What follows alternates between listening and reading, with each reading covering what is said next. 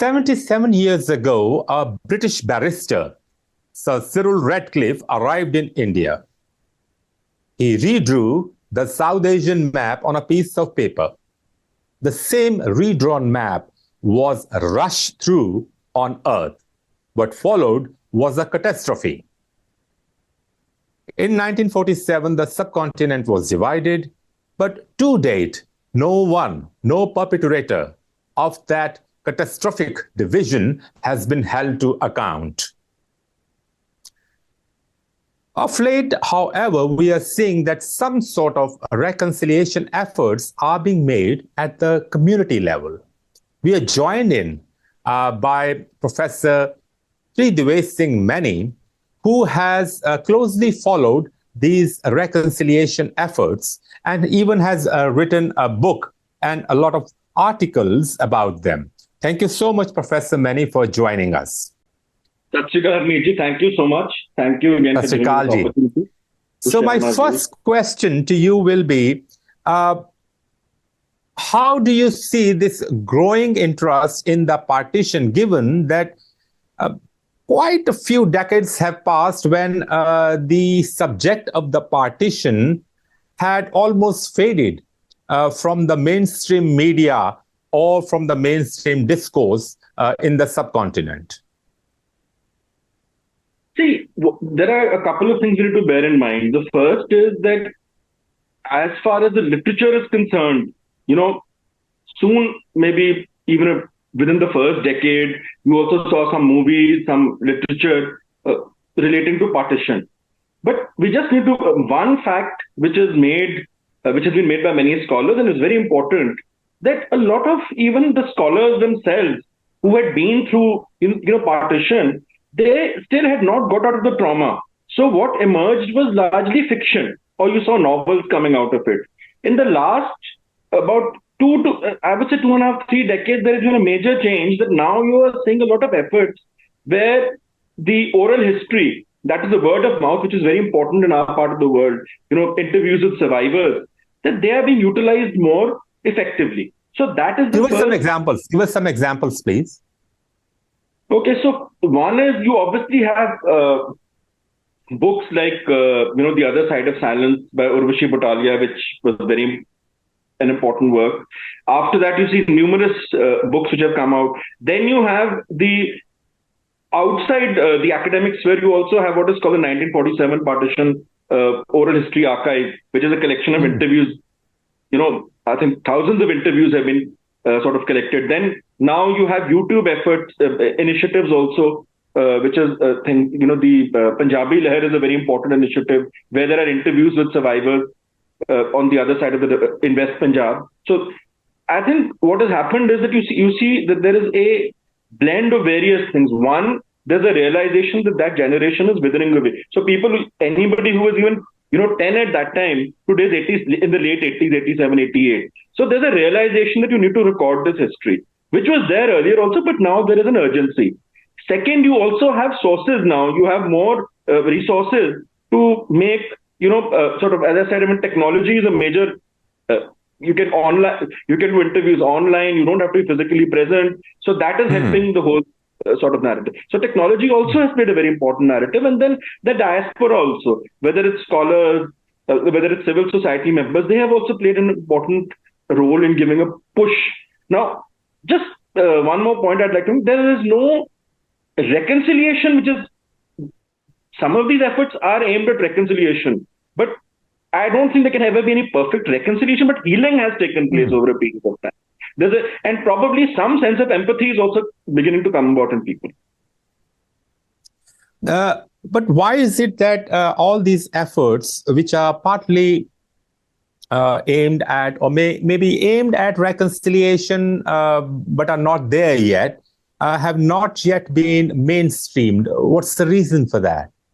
I think now, as I said, now efforts are with technology becoming more a daily important part of our lives.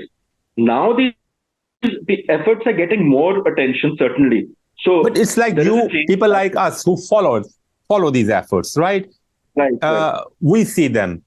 But you talk to someone, a Punjabi, for instance, an ordinary Punjabi, uh, leave alone the diaspora or within Punjab or in India or in Pakistan, not many are Mhm. still aware of these efforts. Why is that so?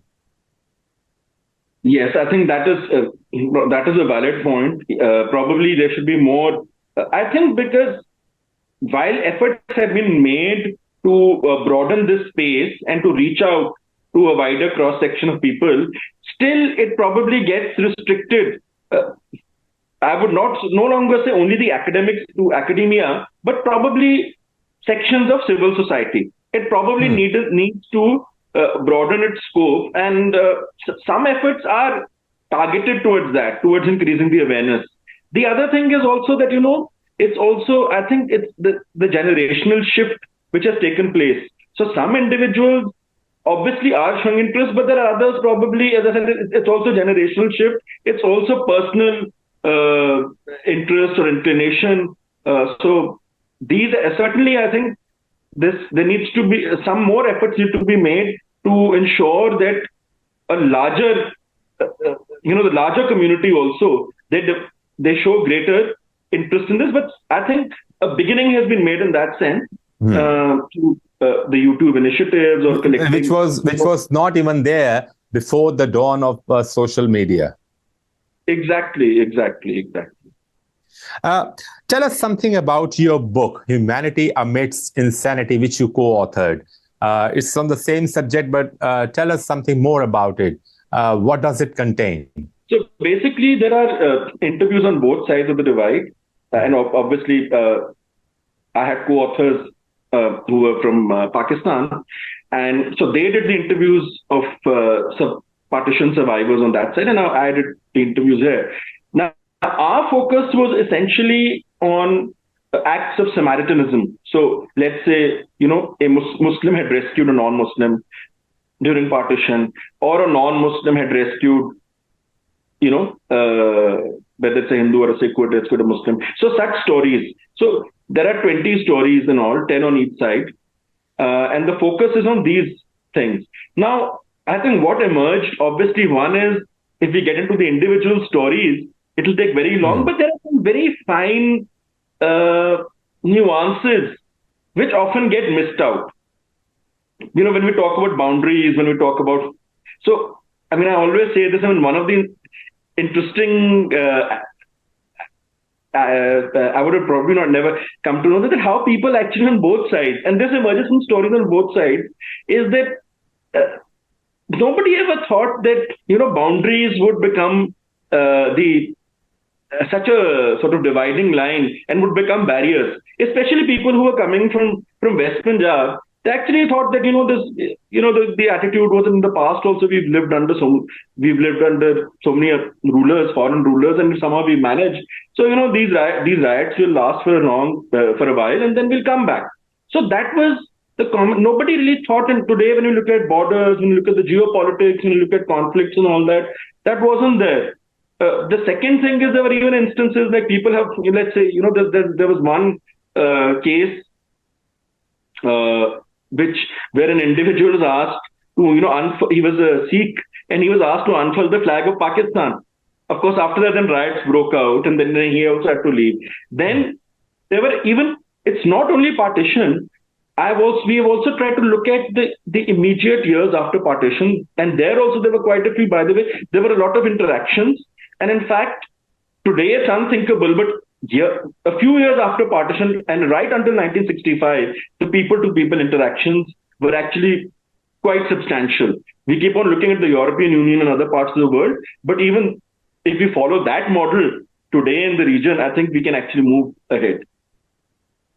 How do you see the Kartarpur corridor playing into this entire situation where, on the one hand, there are certain reconciliation efforts at the level of communities, on the other, political differences remain as hostile as ever? See, on the one hand, obviously, as you said, for a period of 72 years, every day in our daily ardas, we used to pray, for access, not just and not both at a spiritual level, even otherwise, to our religious. In fact, this is one of the we often talk about the physical loss. Obviously, we know that for the Sikh community, that trauma as well, the religious trauma of getting separated from these historical shrines, that's one part of it. But apart from religious pilgrims, obviously, their wish being granted, albeit with all the logistical problems of the darshan of Kartarpur Sahib. Kartarpur Sahib has also played a role in reuniting several families. So what used to happen was that interviews like at the Punjabi Leher initiative, especially, they carried out interviews of various families. So let's say certain individuals from that side. I mean, there are 2 or 3 cases which have been which have even got the media coverage as well. But many more families have actually got reunited over there. They met. Some were lucky enough to meet for a longer period, but at least at the Karur Corridor.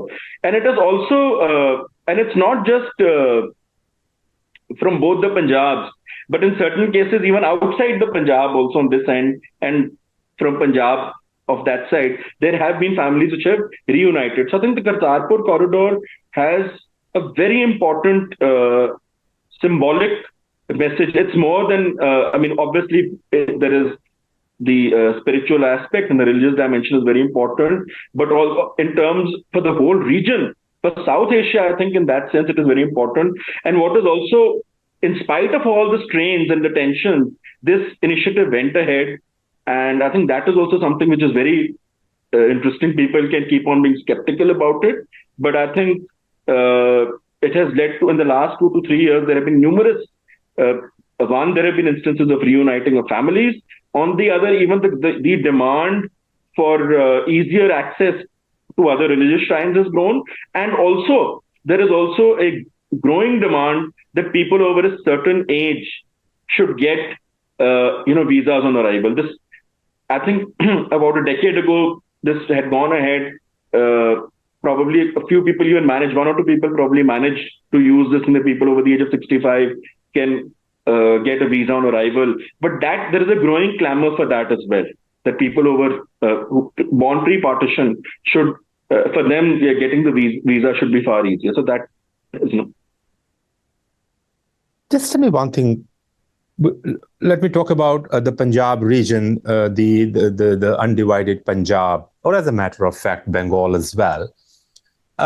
In history, how many instances do you see where people, communities, speaking one language?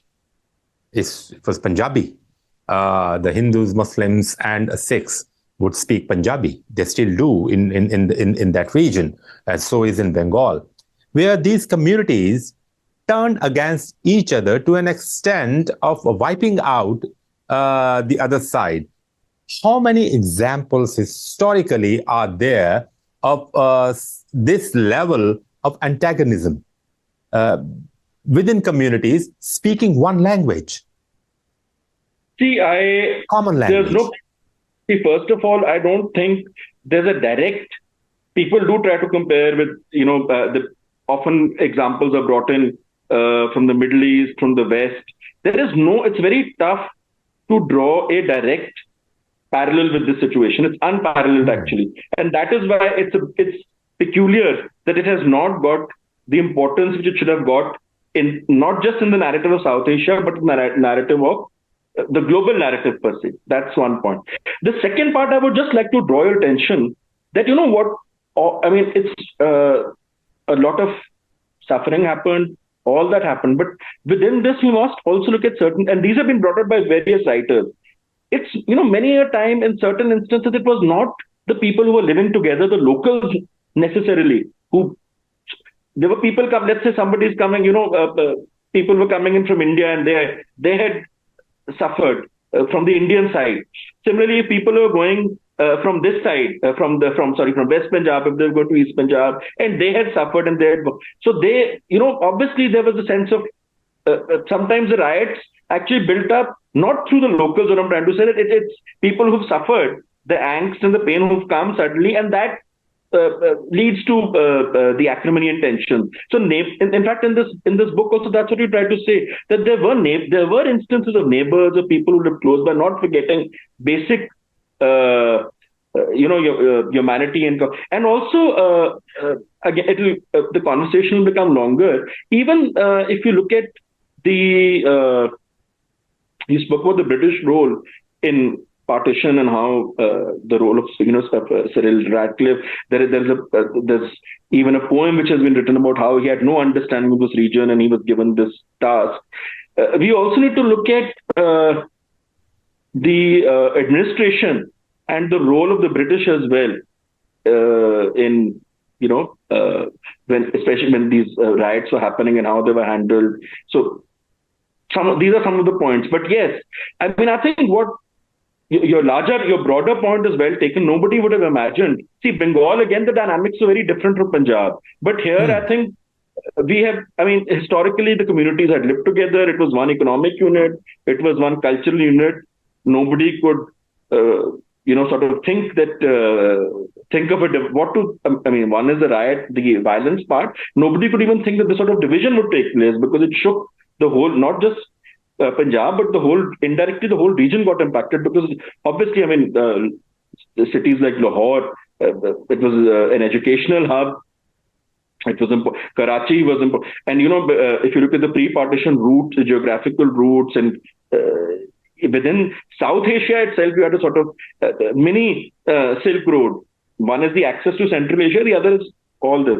So, but I think in retrospect, what I would say is that now it's time that obviously the intellectual issues regarding partition and some sort of understanding and reconciliation has to take place. But it's time that we look to the future and we look at, the question which keeps on coming to my mind is that if right from 1950, early 50s, in fact, for instance, India was the largest trading partner for Pakistan till 1952 or 53. So if you could have that relationship, if you could have today, for instance, there is not a single land crossing which is open between through the Punjab. The Wagah-Atari land crossing, trade is not open. Whereas at that time you had even the Hossainiwala trade route was open pre-1965. So, and even the borders were not so, how do I say, restricted. We need to look at borders. The borders are there, that's fine. But they shouldn't become walls. And we need to look at certain models. If we can't look outside the region, if nothing else, we should keep on looking at, take some inspiration from, that period which I mentioned, the first decade or so to the 1960s. And one more thing, this is an important point, that right after partition, earlier I had spoken about how some families even left their belongings, thinking that, they will return. So right after partition, there were instances of, neighbors meeting each other. And you actually had instances where people actually even returned some of the whatever belongings they could return. So let's say somebody had migrated from Lahore or had come during partition from Lahore or from Rawalpindi or from wherever. So, and they met at the crossing at this Wagah-Atari border, and there people, so from somebody from West Punjab would actually return the belongings. Even things like that happened right after partition. Then, of course, we do know about the hockey matches, the cricket matches, how there was perfect cordiality, and it was like long lost families met each other. And the legend of Milkha Singh. Why forget that flying Sikh? Absolutely. And now maybe the current day sports persons. So, for instance, you have the case of Arshad and Neeraj. So maybe they can also play a role. Sports persons also have an important role to play in creating reconciliation between both sides. So going forward, what do you foresee? Will there be more reconciliatory efforts, or do you think that the political climate will remain as tense as always, and it's only the communities that may actually put some pressure on the states to do something positive at the level of for peoples to peoples contact? No, certainly it is an uphill task, but I think civil society efforts, and when something becomes a people's movement, it's very tough to resist that for any No, I government. use the word peoples here because we have different peoples here. I use it in a plural sense. So, do Right. you think that that may improve, or do you think uh, that this will be? I mean, it will only take place at the symbolic level. No, I think at a certain stage, it is going to. I mean, look at. I mean, I always look at this example that earlier, for instance, when India and Pakistan never played cricket matches, there were strains even between the players. You don't see that today. You see a perfectly normal relationship. Now, a lot of people may not agree with this one, but it's very important. Even the atmosphere on the field is very important. And then, of course, I've told you about the athletes, and I've told you about so many other sports persons. The sportsmanship, the camaraderie. I think that was unthinkable of you. So there's obviously something which is happening, which there is Oh. our part of the world. Everything happens in an organic manner. It's not you cannot keep on planning things or whatever. So, and I may also add that we keep on looking at the model of European Union. We don't need to look elsewhere. We need to look at our own pre 1971 model, and how at least there was a manageable. Let's first look at a manageable relationship and a normal relationship without getting into the emotions of, because words like peace and conflict, etc., but at least things like basic people to people contact, trading links, which any other countries would have in a modern day. And the starting point should not be ambitious. The starting point should be something which is achievable. Professor Many, it's always so nice to hear your views, and they are indeed enlightening. Thank you so much for joining us on the Punjab Feed. We wish you all the best for your future endeavors. Thank you so much. Thank you very much. My pleasure.